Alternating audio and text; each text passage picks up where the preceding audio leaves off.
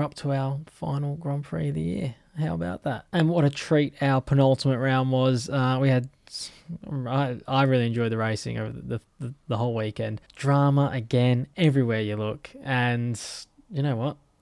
We've got power rankings. After our power rankings, we're doing our Fantasy MotoGP. And, we've got a lot to talk about. So, we're not going to mess around here. Let's get straight into it. Our top 10 this week does start in Moto 2, where we had a cracking race. We're going to talk about the major contenders later on in the top 10, obviously. And so dropping out is one rider this week to make room for our number 10, which is Sam Lowes after his podium. His form's been all right. So, again, no one really impresses me that much out of these, outside of the top 9 that we've got here. There's a couple of riders that I think if they perform again in the last round, they might just crack in. Sam Lowes has it for now, but we'll see who takes that 10th spot for the end of the season.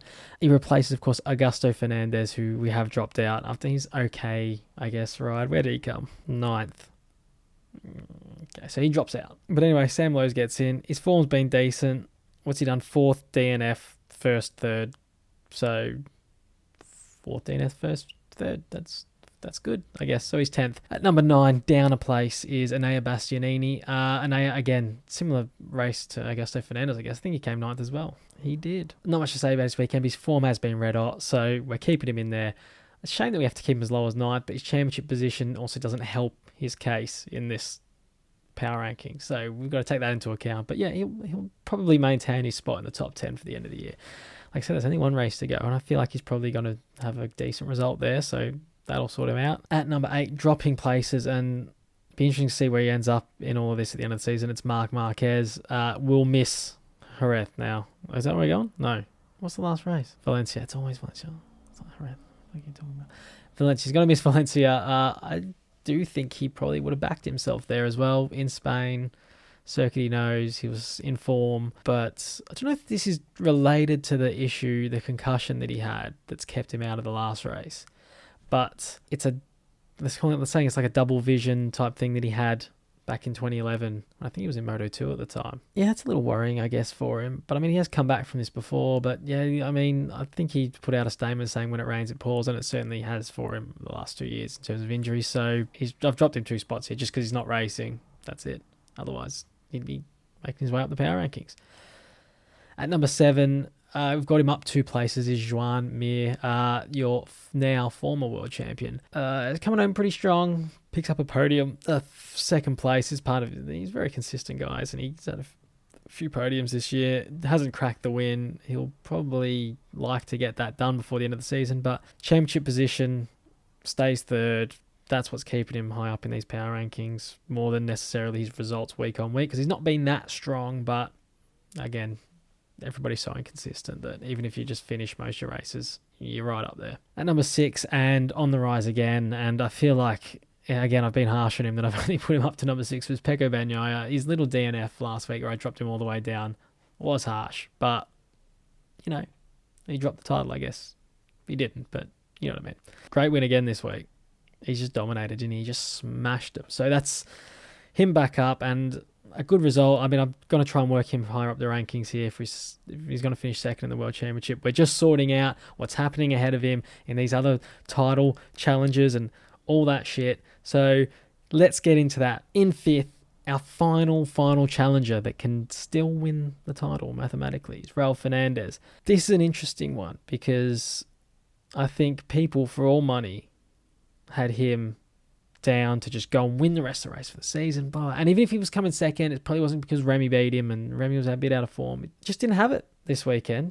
A lot of discussion about the tyres and that, but at the end of the day, he just didn't have it. I've dropped him 2 places here from last week. That's a DNF, and now this to basically hand the title to Remy. 23 points, right. Now, there's a big chance that Raul Fernandez is going to win this race in Valencia this weekend. That is a very, very real possibility.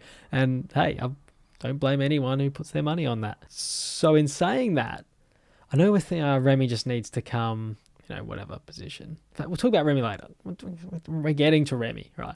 But Raul Fernandez, he's still in it, is what I'm trying to say. He's still in it mathematically, which means it's still a chance, and we'll see what happens. But we've got him down to 5th. At number 4, heartbreaking one. My man Dennis Fodger, Oh, I was really riding him home. I'm telling you, I was like, oh man, yeah, I was really on him for the rest. I just thought if he goes and wins the next two, fucking bang, we're on here. But of course, someone who's definitely not making a top 10, Darren Binder, goes dive bombing. I guess is why his name is Dive Bomb Darren. Into the corner and just wipes out the title challenger on the last lap when he's, I think he was sitting second at the time, behind Acosta to be fair. So, but it just could keep that title race alive for another week. And then, like I said, with Ralph Fernandez, you don't know what can happen. If he goes and wins that race, and it's chaotic scenes in these races, anyone can take anyone out, as we've just seen. Anyone could have taken Pedro Acosta out next week in the same way. And then Dennis Vodger goes on and wins the title. You just, so to go here to lose it like this, where even if you just finish second, that's fine. But yeah, his form was incredible in the run into the end of the season. He's been brilliant, and I've dropped him down 2 places here just because he's now no longer a title chance, and he's DNF'd. No fault of his own, but there are also movers coming from below him, and one of those movers is Remy Gardner. And now we can talk about Remy. He's at number 3. I've got him up 1 place. Come on, Remy. Come on, lad. Very good. Very, very good. Just backed himself in. Didn't panic at any point in that race. He knew what he'd done. He knew the tyres he picked. He knew the tyres Ralph Fernandez had picked. And he knew what was going to happen. I think this shows a lot of maturity, especially you can easy to panic here. You've DNF'd when leading comfortably in the championship. You could have just come home like 4th that day or something or whatever. Although I think he would have been quicker than that. Well, the last race, pure chaos for him. There was long lap penalties and it was all happening, and he'd lost the championship lead for a time there and it was looking pretty dire. And then just be like, you know what? I got handed a lifeline by Raul himself in that race. Just keep your head. You're going to be world champion. Now, like I was saying with Ralph Fernandez and like I was saying with Dennis Vodger, anything can happen. So he does, and Ralph Fernandez could win this race. Ralph Fernandez could win this race. And if he does, it means Remy at least has to finish. He can't go, getting himself caught up in any trouble here. Not that I think he's going to beat it himself, because he's a very consistent guy and he's only done it in a race once this year. But, it can get tight. If you get yourself caught in that midfield a little bit, get caught just outside the top 5 or anything like that, it can be tense. And I'm not looking forward to sitting through this one, to be honest. I will be nervous. But, he was brilliant at the weekend. I thought he was exceptional. Exceptional. He was my ride of the weekend. I mean, Pecco was dominated, but, I'm biased. So this is my ride of the weekend. And that takes us to number 2.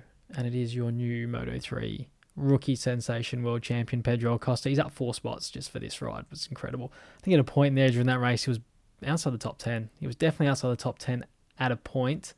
I don't know how late in the race it was, but he was there. Dennis Vodger rode the whole race in the front group. But he had to fight his way through. And to be honest, I could see that he was probably going to win that race. I mean, either way, he was finishing on the podium there, and he was solidifying his title. And it was just going to go on to the next one and do the same thing. But he's wrapped it up now. We'll be glad to get out of the way. He is a sensation, this kid, and watch out for him. He's number 2 in our power rankings. At number 1, as he has been for pretty much the whole season. I think he dropped down for a round or 2 there at some point. But it's Fabio Quartararo. Now, it's not a lock here that he's going to finish in this position, because Pedro or Remy or even Ralph Fernandez are all chances to go and get him here. DNF there. If DNFs again, and I see Pedro go win the next one in a real scrap, great performance, he's going number 1. I'm telling you, I don't care if you're the MotoGP World Champion. I will knock you off first place. All right, Fabs, be careful, mate. Again, he's been sensational. He had a bad race. Binned it just before the red flags came out. I think it was only maybe a few laps before the red flags came out. If he got that far, it wouldn't have mattered if he binned it after that. So would have come like 6th or something. Whatever.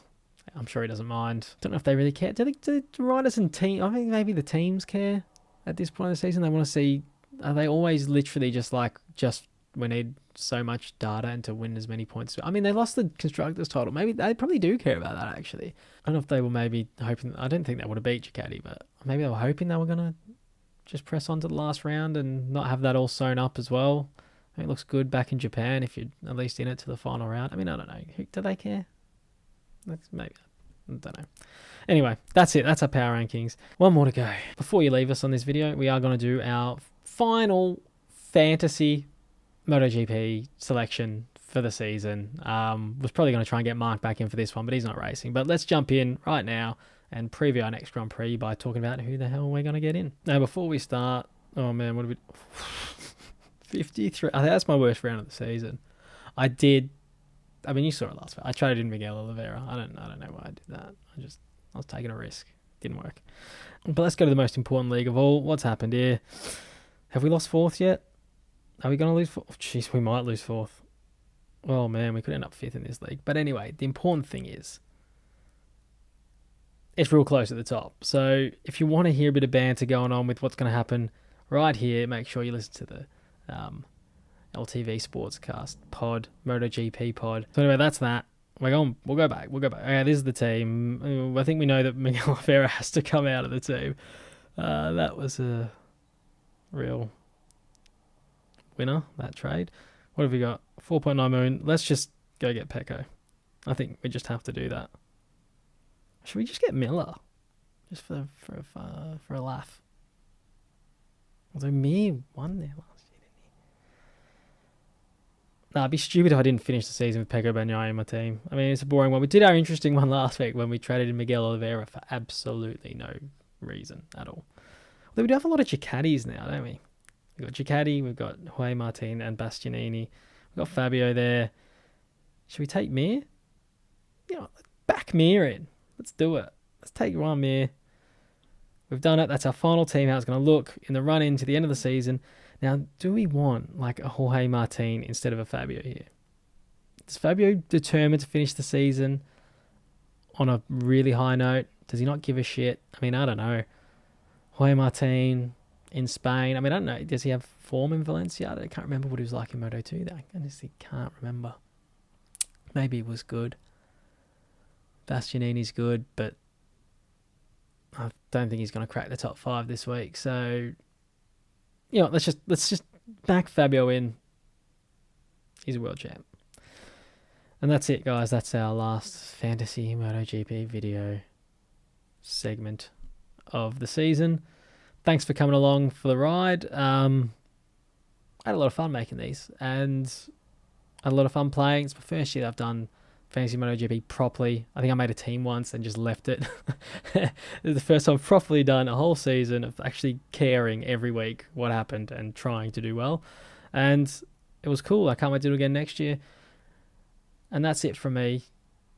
Thanks for staying to the end of the video. If you've been watching through all season and keeping up with us, make sure you don't miss next week is our last power rankings video of the season. Make sure you check out who's finished top of the power rankings across MotoGP, Moto2 and Moto3. You know, I've got plans beyond that for the off season, but I'll tell you about them in that video next week. So enjoy your final race of the season. It always feels like it's dragged on, doesn't it? And you get to the last race, you're like, oh, we've made it. We finally made it. And then you literally, like 2 weeks later, you're like, where is it again? Where is it again? I want it back. And I feel like it's probably going to be the same for this season. So looking forward to this week, sitting down, enjoying it, and just having a beer, and that's it. Enjoy the last round of the season. But yeah, other than that, take it easy, everyone. Enjoy the race, and we will see you on the final power rankings video of the season. Cheers.